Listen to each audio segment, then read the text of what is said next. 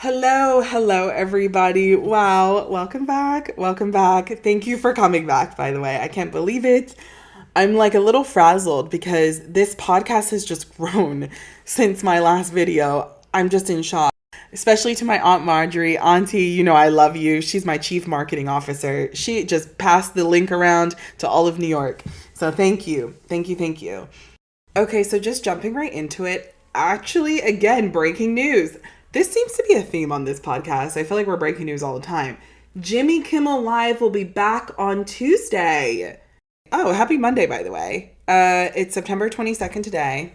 So on the 23rd. So he'll be back tomorrow on the 23rd. Yeah, that was a whole thing, wasn't it? ABC messed up so bad. They lost $4 billion because let's even go further. What Disney, who owns ABC, didn't realize is a lot of us want free speech. A lot of us want to live in a society where we can be vocal about what we want to say. Now, the majority of us are polite and won't scream hate speech to anybody because we have morals. But you should be able to criticize whoever you want. That's what this podcast is going to do. That's what other podcasts do that I love. That's what people do in general. And if you can't live in a society where you're a free thinker, then it's not a society at all. It's a dictatorship. And so corporate needs to know that free speech is a right, but we can do whatever we want with our money. And that's where the power of the people really happen, is in the pockets of these billionaires. Because the billionaires don't care about us. They don't give a damn about us, but they care about their pockets. They also lost so much money because it's not just Disney Plus. It's Hulu. It's ESPN. It's ABC. It's also Disney Parks, Disney World, Disney Rides, Disney Movies. Like, people were boycotting around the world. And that to me is just the most interesting part because it shows that a lot of these, especially American billionaires like Bob Iger, and people like that, they're so American focused, they forget there's a whole world out there. And so especially a billionaire like Bob Iger, and he does have access to the world, but they're so privileged and conceited that they think they are invincible. When I was researching this, I was looking at the comments, and a lot of people under social media posts would be like, canceling from England, canceling from France, you know what I mean? Canceling from XYZ. It hit them worldwide. And that's how you lose $4 billion in a short period of time. And I bet it's more now. That's how we got to mobilize. We've got to start boycotting. We got to hit them where the pockets are. So as of tomorrow, it looks like Jimmy Kimmel is back. I'm very curious to what his opening monologue is going to be. So I'm definitely going to be watching. Okay. After the breaking news, a lot has happened since my last podcast. And I have been itching to tell you all about my favorite DEI hire, Kash Patel, our favorite FBI director ever in the history of FBI. I mean, he is just truly, when you talk about the gift that keeps on giving, it's really him. It's this man right here. And I say this with so much respect, and I know I keep talking about having good morals and stuff, but you know what? I can't always be Michelle Obama and go high. I've got to hit him low. And Kash Patel he just doesn't seem that intelligent, with all due respect. And he's a pathological liar, in my opinion. This is the first congressional hearing I have watched from beginning to end. And so typically how it works when the different committees, like the House Oversight Committee or the Judiciary Committee, which is the one that Kash Patel testified in front of, the Senate is a lot more like your older sister, a bit more buttoned up, a bit more traditional, a bit more by the book. And the House is more like your middle sister. A little bit on the rebel side, doesn't mind pushing the buttons a little bit. But one thing that stuck out during the Senate was when, I can't remember which senator asked, but Senator Kennedy. Senator Kennedy asked Kash Patel, who else, are there other names or victims or evidence that Epstein trafficked victims to other men or to other people? Kash Patel says that there's no credible evidence that Epstein trafficked the victims and survivors to anybody else outside of himself. You heard that correct. He did try to spin it a little bit and say, oh, well, to my knowledge. That's how they spin it a little. But the fact that he said there's no credible evidence to his knowledge that Epstein trafficked other women to the Senate is crazy. And do keep in mind, Kash Patel, our favorite FBI director ever, he was under oath. It is against the law to lie under oath. And so it was very evident in the Senate that he was trying to put off that he hasn't really read the Epstein files. He's not really familiar. And I'm not going to go through everyone's cross-examinations with him. Is that the right word? Cross-examinations? I've been watching a lot of lawyer shows, so I don't know. I'm going to touch on Thomas Massie and Jasmine Crockett, but I do just want to add both the House and Senate were really good at being on top of him when he just kept denying that he ever really read the files at length. But I want my FBI director to be well versed in one of the biggest scandals in US, if not global history, because this potentially might be an international disaster. He's saying he doesn't know much about the case because he has a lot of other things going on. Which, by the way, people were like, well, what? And he couldn't answer anything. He's not completed a task. And they're saying they're like, oh, we got so many people off the streets. What are you doing other than terrorizing homes, splitting up families, sending National Guards to cities to sweep up leaves and waste taxpayer money? It doesn't make any sense.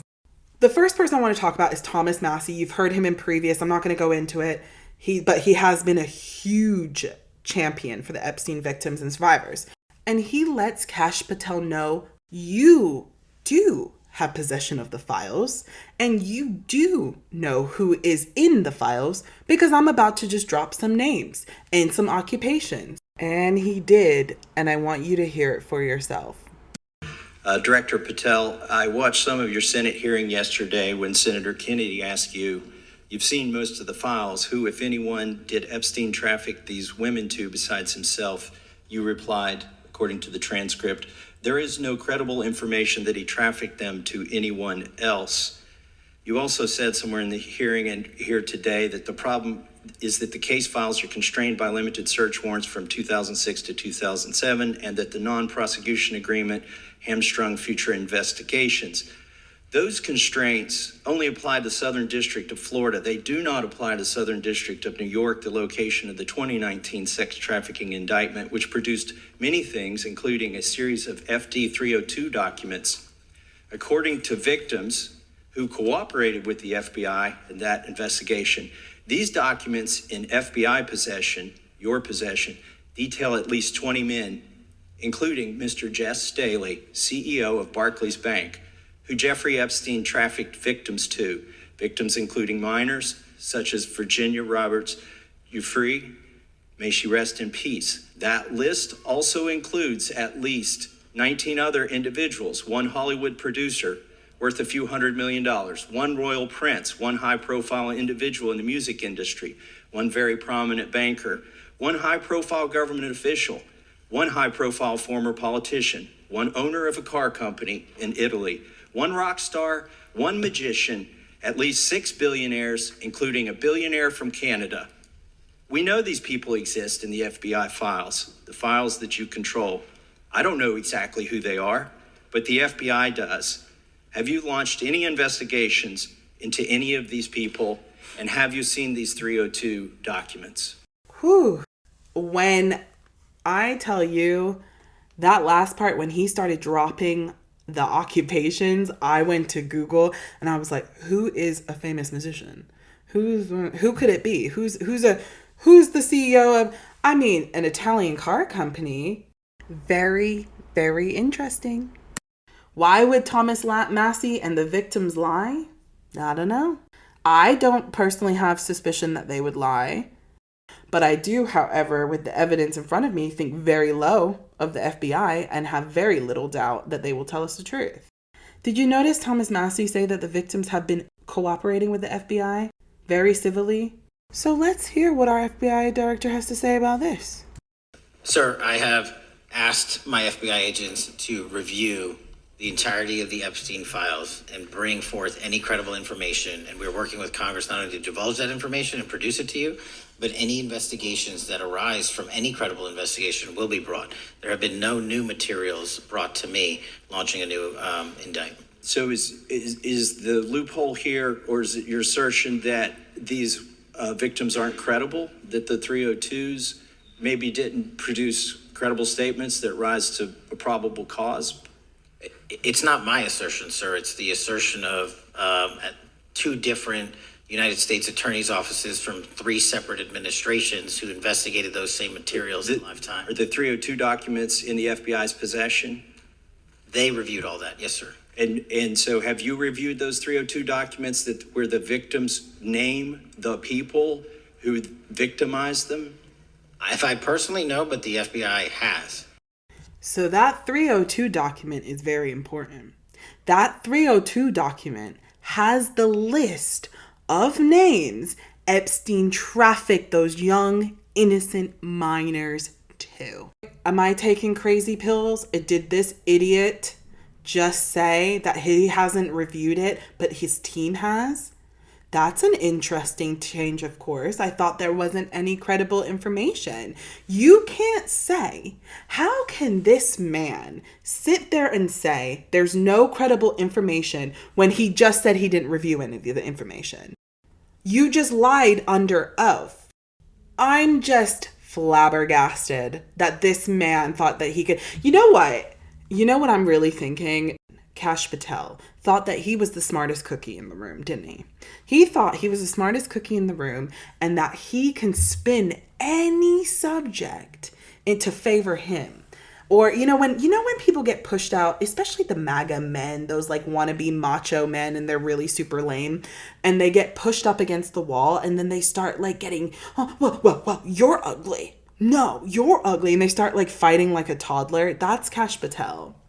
And he was even told by a member of Congress during this testimony that he's next. He's on the chopping block next. That this administration will get rid of him just as fast as they have the others. And he's oblivious. I'm so curious. Let's listen to what Thomas Massie says next. So how can you sit here and in front of the Senate and say there are no names? I said I named one today. I said we are not in the practice at the Department of Justice and FBI of releasing victims' names. That is not what we do. We are also not in the habit of releasing incredible information. That's not what we do. But multiple authorities have looked at the entirety of what we have. Okay, I got to move on here. Were you present when the AG had the White House event when she released the binders to the social media influencers? I was, yes. So if you're willing... So he was, do y'all remember that?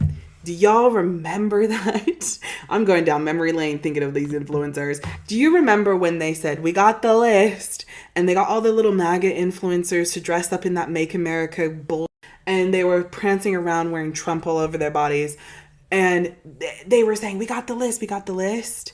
Kash Patel was there. So he lied again.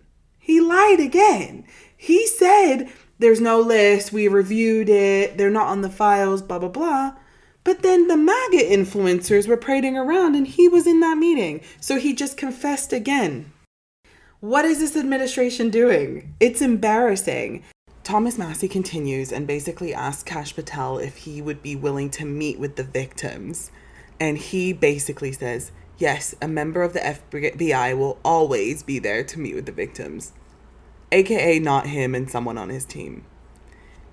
The constant disrespect this administration gives the victims is insane. Jasmine Crockett spoke for people like me. She absolutely did. She met him with the same language all of that base only know. And she goes, I did have to make sure I'm not going crazy. Oh, so she feels the same way as us. I did have to make sure that I'm not going crazy. But when I say that you're the least qualified FBI director in history of the FBI, that is real because you are the only one who has never even served with the FBI prior to joining. And so Kash Patel is like looking at her like, is she talking to me this way? And he chimes in and goes, that's false. Clearly, she triggered him about the FBI work before. Jasmine Crockett chimes back in and goes, I didn't ask you a question. I love her. She also called him out for not looking into threats against HBCUs after the Charlie Kirk assassination. And he didn't have an answer for that because HBCUs had to shut down because they were under threat, which is crazy to me because the killer was white. So that's white on white crime. That's not anything to do with black people. But of course, the MAGAs and everybody were pissed. Ugh, I just can't stand it. And I'm never going to stop. I'm never going to stop with this issue. Kash Patel has a lot of explaining to do. He's useless. He's absolutely useless. And this is my free speech. This is what he is. Sorry. So also something interesting happened today. You know how Prince Andrew is accused of being in the Epstein files? You heard Thomas Massey say a royal is supposedly involved, and Prince Andrew has been getting shit. And you remember that horrible, disastrous interview he thought he could do with 60 Minutes or 2020 when he actually looked really guilty? Correction, it was the BBC. It was horrible. And then the Queen at the time pulled him from all the royal duties because he looked like an absolute idiot. Well, his ex-wife, Sarah Ferguson, and they haven't been together for, I don't know, 30 years. I mean, I don't even know, but they have kids together. 7 charities have dropped the Duchess of York as a patron or an ambassador after an email from 2011 emerged in which she called the sex offender Jeffrey Epstein her supreme friend and seemed to apologize for her public criticism of him. So what you're telling me is she publicly condemned his actions while behind everybody's back was trying to suck up to him.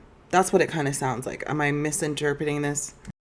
We still don't know who the confirmed royal is because we don't have the files yet.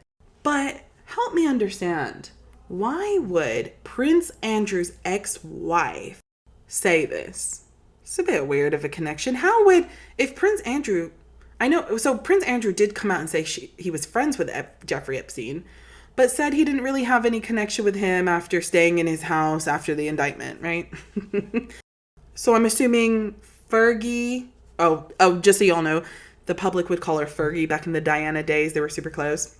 I just find that a little weird that Prince Andrew's ex-wife Fergie would talk about Epstein, especially when her husband denies a lot of the allegations, and yet, or ex-husband, excuse me.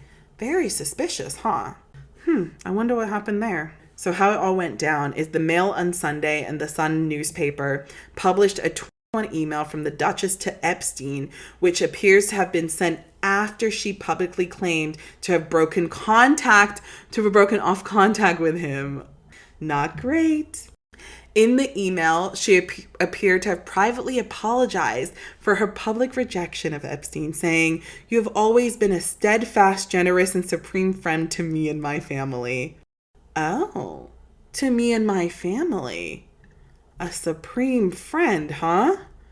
I guess I want to know how supreme, Fergie. That's what we need to know. How supreme? So publicly, earlier that year in 2011... she said that what Epstein did was wrong and for which he was rightly jailed. Uh-oh. And then, of course, when the email got published, the spokesperson had to come back out.